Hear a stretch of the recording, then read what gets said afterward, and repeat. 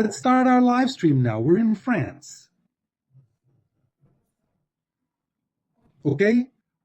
Bordeaux, France. Today is June 17th, 2026. Our live stream today will discuss national sovereignty for the entire body of territory. Fantastic. Very good. The idea is this. The body territory is you. The body territory is me. And normally philosophies and sciences start saying that you are an idiom, an ego, a persona. They invent things, cutting up who you really are. You are a body territory. What does body territory mean for people, for anyone to understand? Look, for you to exist, you need water, air, and environment, the earth for you to stand on.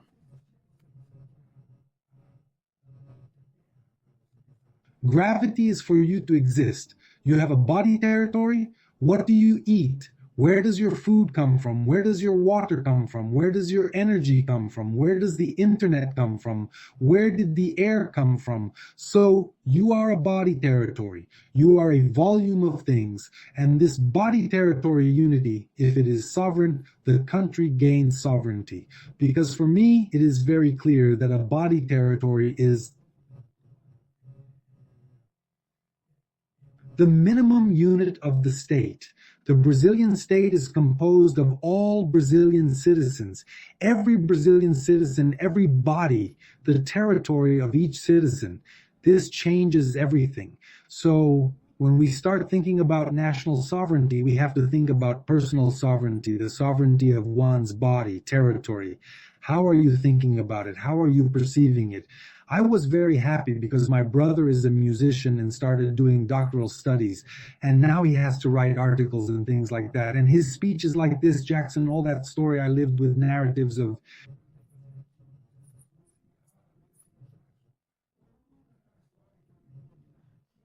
what one perceives, feels, or intuits is often worthless because what matters is the materiality of the facts. That's it. When you are a body territory, it doesn't matter if you say, look, I believe in this or I believe in that.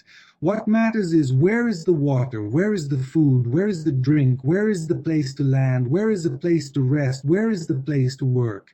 That is body territory. So it is much more dynamic. The body territory is a set where you are the minimal state. Sometimes people tell me, if you talk about a minimal state, it sounds very political. And it is very political. Because in fact, throughout human history, we've had many predators, predatory exploiters. Predatory exploiters are people who go to certain areas and lands and exploit the people and living beings on those lands. Predator exploiter. They go there, prey, and exploit. So what happens to these living beings, including humans? What happens to the living beings in that region? They become commodities, they become nothing, they become money, they become anything because they are predatory exploiters. When we enter into our national sovereignty and our own territory, we also have this very strongly. Our attention span is exploited by certain predators. These predators don't care about your beliefs, your well-being, or your philosophical framework, but about your feelings and your physical territory.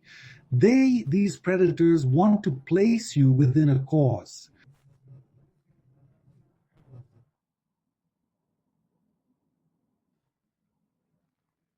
By putting forward a cause, you deny your body territory and you deny your national sovereignty because you will now fight for a cause that is not yours. You have ceased to be. Title of today's live stream, National Sovereignty for Every Body Territory. National sovereignty for you. How will you achieve national sovereignty?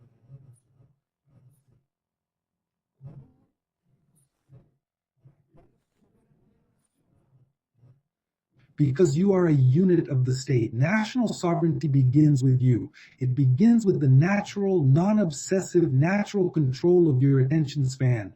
It begins with knowing that the attention span you have builds within you spaces that are represented in different ways. These spaces represented within you, within your body territory, these activated spaces that give you perceptions of new stimuli. They compose themselves, and you perceive something new through the activation of the spaces within your mind.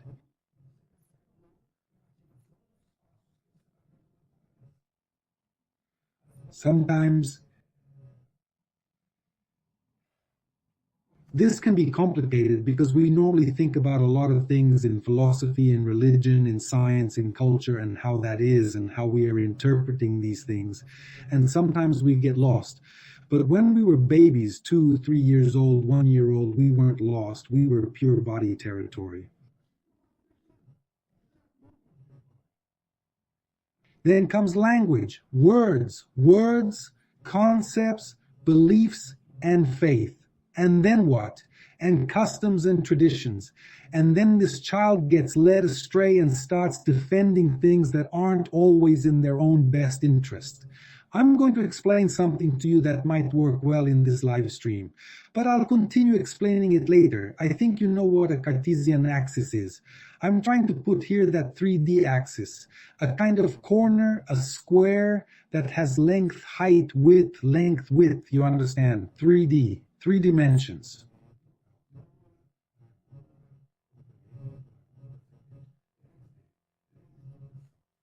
If you were a Cartesian axis in this body territory, I would say that to understand this philosophy well, this way of conveying national sovereignty to you, this body territory would have 5 dimensions.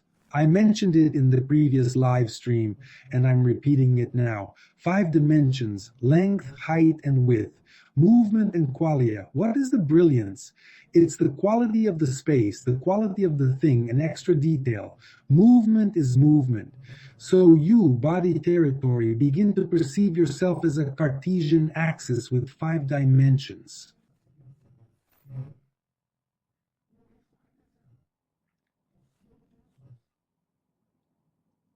This will greatly help you achieve national sovereignty. Why?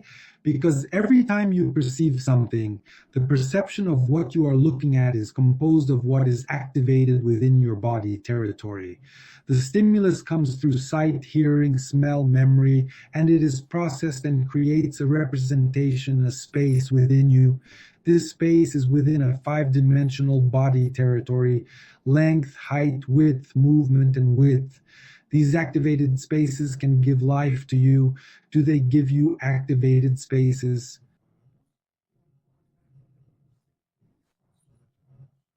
Let's suppose I'm from a Buddhist family or a Pachamama family. Since I was 2 years old, there's been a space connected to Buddhism, a step connected to Pachamama and Pachamamas. Once the space is activated, it shines. It returns, it shines within me. The Pachamama space shines every day, at breakfast, at lunch, at dinner, on weekends with Pachamama rituals, Buddhist meditation rituals, I don't know what. Every day I'm activating a space within this Cartesian axis that is your body, your territory. This activated space shines.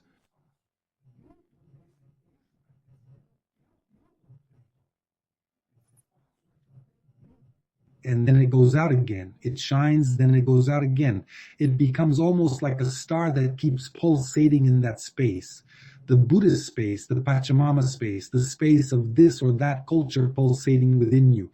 This space represented within you creates the perception of being.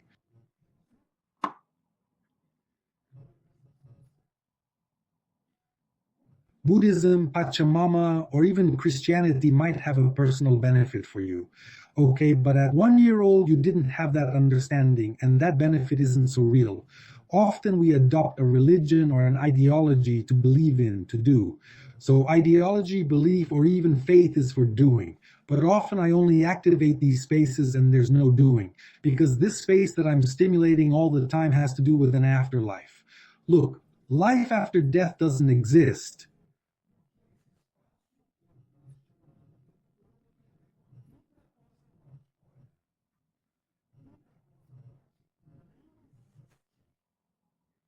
But the belief in life after death is a space within you that can help you. The feeling, the perception of life after death is something that is a belief, and this belief can help.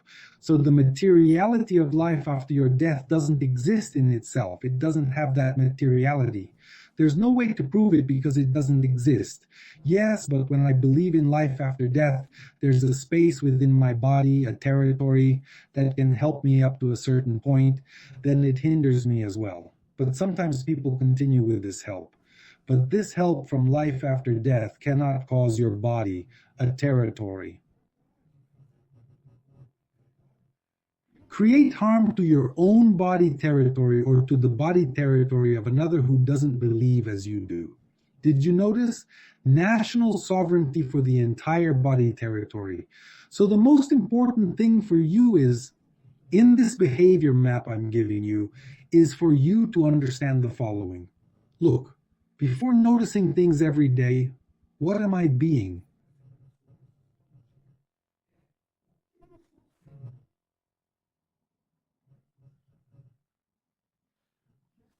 When I wake up, what am I being? When I'm eating, when I'm running, when I'm working, what am I being? Because what I'm being is almost an automatic response that prepares me for that environment.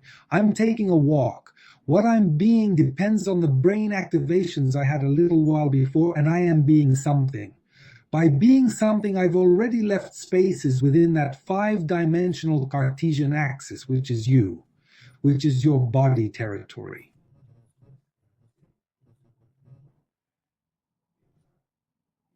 The state of being has already activated spaces, spaces of family, of community well-being. It has activated these spaces. By activating these spaces, I am being, but suddenly in this moment of being, I am feeling a lot of pain in my body. Hold on, pain is important. Pain is an important signal. I'm very bored. I'm in a lot of pain.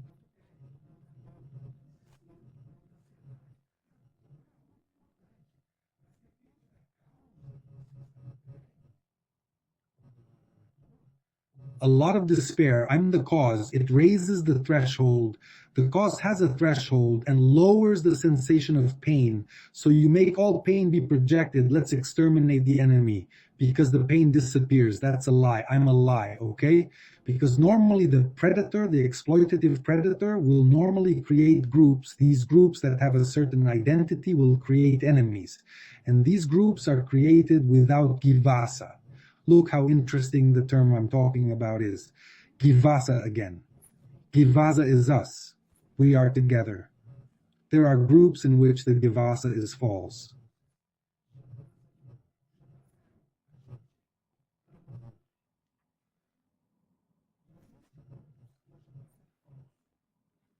What would a group with false Givasa look like? Well, for example, I go to work for a company and I go there because I'll receive a benefit at the end of the month. I do something and receive the benefit.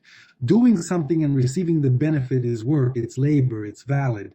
But that's not true Jivasa, because true Jivasa is when I do something for the good of the body territory. Which one? My body territory.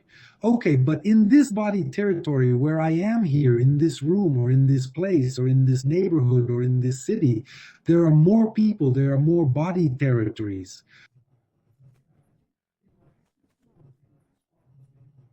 So what actions are beneficial for the territory we are in? What benefits the territory where we are located are these and those attitudes, these rules, these behaviors. This creates a sense of community, a behavior where everyone comes together to do something for the benefit of the territory that is common to all. State, larger state, smaller state, a body territory, minimal state, you, a body territory, larger state, a collective of people who do good for the territory where they live. So what happens today, for example, in the Brazilian state and in other states? The state has been hijacked by 100 super rich people. This hijacking of the state makes the state work for them, pay $1 trillion in annual interest, and exploit a territory and its people. They exploit the territory and its people. They go destroy the territory and it becomes a desert. They mine those things, turn those huge dams over, burst the dam, all that stuff, because they're simply predatory exploiters. They exploit the territory with the living beings in it and leave only sugar. They leave nothing. If you are the body, the territory, calm down. Don't exploit it. But that's a matter of ideas. Your idea will change and you start to be responsible because you are the indivisible unit of the state. Look, I don't want to deceive anyone. It's not like that now in the Brazilian state. The Brazilian state has been hijacked by the super rich. The Brazilian state works for the super rich. It doesn't work for the population. Despite the left-wing or right-wing government coming in and saying blah, blah, it doesn't work for the population. It works for the super rich. The super rich earn $1 trillion a year from the state and don't pay taxes. So forget about those things as the state is now. Consider yourself as a unit of the state. Look, but these super rich control the media, they control social networks, and they say the state is corrupt. Does the state only want taxes? Does the state know this and that? Isn't it you or the state? You are the body territory. You want what's best for your territory. The super rich are living in Zurich, living outside of Brazil, living in the United States, living somewhere else. They're flying around in private jets all the time, sucking and preying on forests and rivers, letting the rivers dry up or become polluted. That's the work they do because they're predators. They can't break free from this addiction to preying and monetizing it. But you, with national sovereignty, are sovereign over the entire territory. So how can your sovereignty remain high? You think that by leaking the "we're together" truth, we do it, we're together, we can achieve it. Achieve what? The benefit of this territory that is common to all, but which territory? In your house, in the living room of your house. Your room is a territory, sometimes only yours. Sometimes there are children who don't have this territory. They don't have a room, they don't have a place to study. That's when the state has to intervene because everybody has to have its territory, its body territory.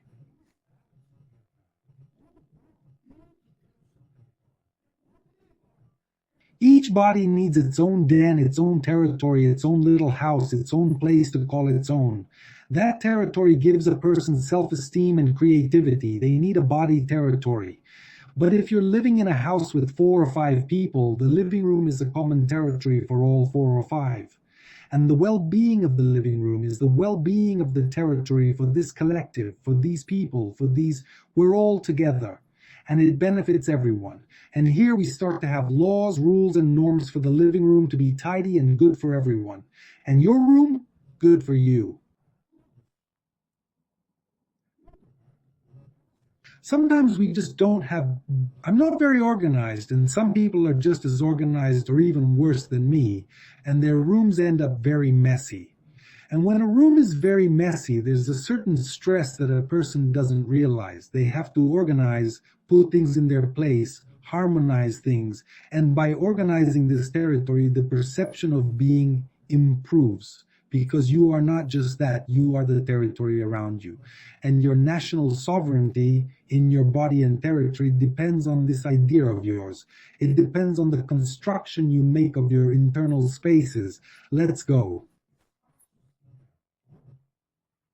Sometimes internal spaces are a rather sophisticated thing, but it has a lot to do with philosophy. I use terms that we'll use equivalents for in philosophy, for example. I'm talking about internal spaces. Hold on to that. Every perception generates an internal space or destroys internal space or eliminates internal space or makes a new internal space appear. Every perception from the baby, from the fetus until you die, generates an external space in the body and territory of that individual. Internal space was generated by perception. But let's get into a slightly more philosophical term. In philosophy, which blends some ancestral knowledge with Hinduism, a lot of philosophy and a little bit of yoga too, we have the following. What exists is movement. What has stopped moving does not exist.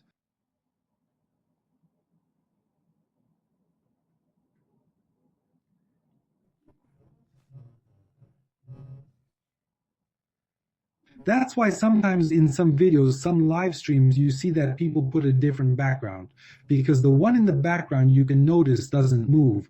What doesn't move over time ceases to exist, ceases to be relevant. So existence is only in what moves. Even though those walls in the background are moving, the atoms are vibrating and moving and vibrating. In other words, what is not atomic does not exist. What exists is movement. And the other thing I say that is important for you is the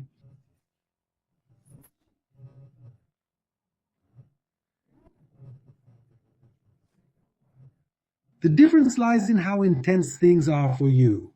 If I talk to you about the Amazon River or about an ancestral tree, if I talk about a pine tree, sometimes the pine tree has a very strong cognitive relevance for you.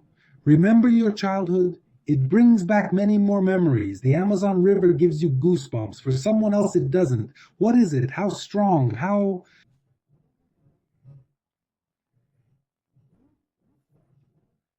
Is intense a word?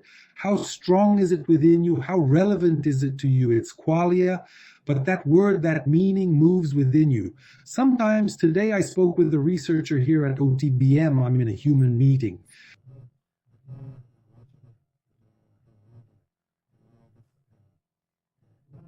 Brain mapping, an international congress about the human brain and how the brain works, all those things that I really like.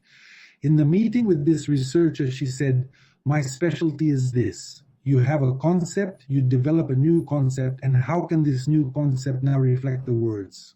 I told her, look, every new concept you have is a space within the representation of your body, a territory that has 5 dimensions, movement, the 3 of 3 dimensions, and the framework. When you have a concept, that concept is in those 5 dimensions.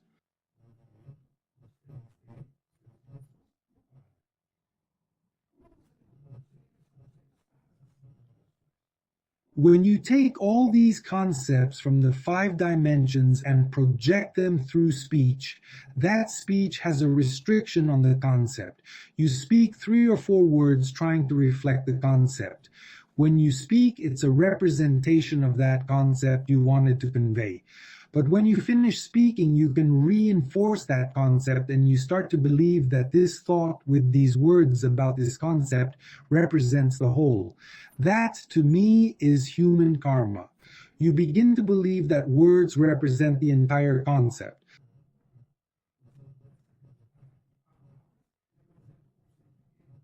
The word is the reduction of the concept. The word is the anchoring of what you were as a whole. It is not a representation, it is not a concept. So when people lock themselves into words and believe in what they think, they go back. As if it were karma, they go back. Thoughts are the flow. This concept here I convey with these 3 words, in this order. 1 word, 1, 2, and 3. At another time it is the word 3, 2, and 1. At another it is not these words. Because the concept will be reflected in various ways. And sometimes it's not even a word. Sometimes it's a drawing, sometimes a song, sometimes a walk, sometimes there's a body expression, even a yawn or a stretch, because the concept you had was conveyed in that way. But when the concept is conveyed, some people reduce it to being the verbalized concept. It loses its sovereignty. It loses its sovereignty for yourself, because you are much greater than the verbalized concept you have. You represent the universal whole in all dimensions. That concept is there, and you reduce it through a few words.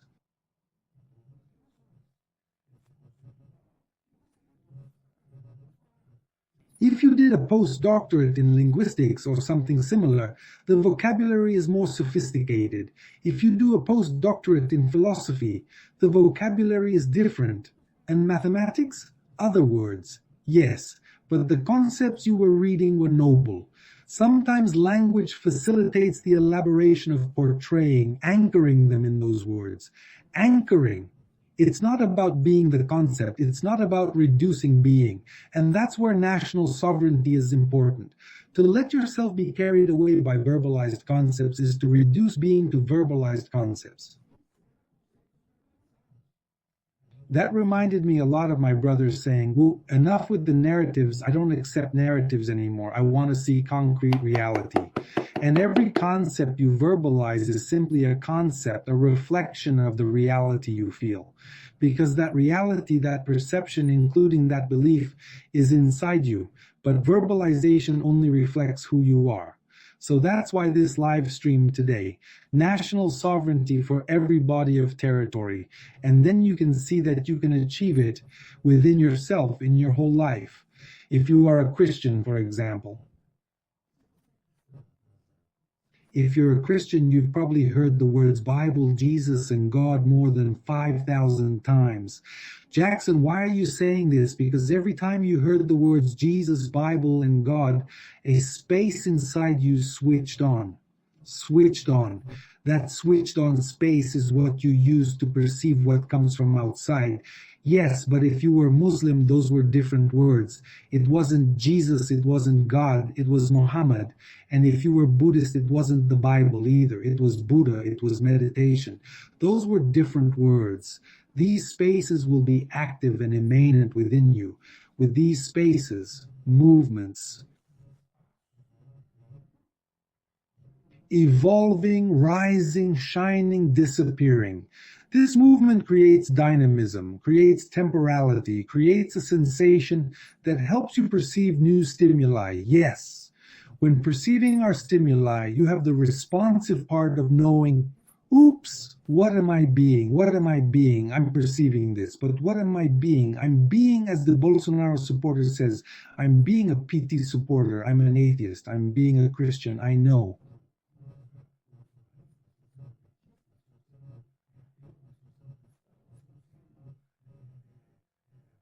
They're vegetarian.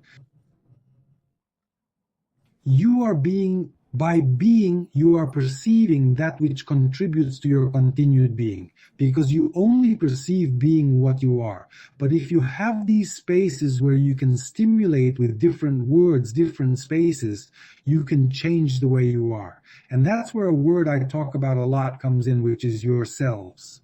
The tensional selves you have. And when these tensional selves that you have at each time of day, each need to be met during the day, there is a self that appears, a self that is hungry or that wants to. Getting up, going out, sleeping, tired, sleepy. These selves must always contribute to your body territory because they all inhabit the same territory, regardless of whether they are antagonistic to who you are now. And by inhabiting this body territory, they contribute to the territory that is your own body and the area around your body. The water you drink, the air, the water, the food, this contributes to you. It structures you towards improvement and well-being. And you will have well-being in this body territory that you are living in. And each eye that appears to you will not harm the body territory. It will not lose national sovereignty. And national sovereignty here lies in you truly having a cause that helps your body, your territory. Look, I have some nephews and some friends who lose 20, 30 years. Their cause, I hear, has nothing to do with their physical well-being. It's so hijacked by an internet cause, a cause of blah, blah, blah about social media algorithms. I said, dude, but this... What are you talking about? What does this have to do with your eating, your drinking, your walking, and your being? You're spouting pure abstraction that has nothing to do with the material reality of life. But already kidnapped. So now you're going to buy this book, that thing, you're going to take this path, you're going to have to go to this country, to that other country. You're going to take these walks where the money will trickle down to other places because in reality, you've already been kidnapped by a false givasa of someone, master, guru, pastor, congressman, I don't know who, any ideologue, any philosopher who says that to live is to do this. And by living to do this, you have the following. Now you,